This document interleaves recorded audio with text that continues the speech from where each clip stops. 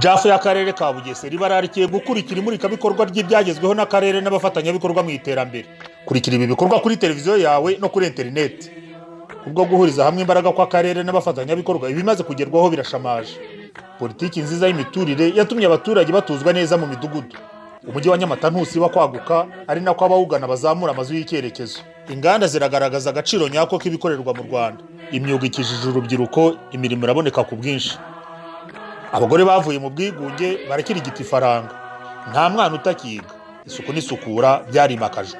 Amazi nta kiringume. Impeshyi irindi henuka bakivoma amazi y'imvura ava ku bisenge yakusanyirijwe mu bigega bya rutura. Ubutaka bwararumbutse, abahinzi ntibagikangwa n'izuba, barasarura amatoni n'amatoni.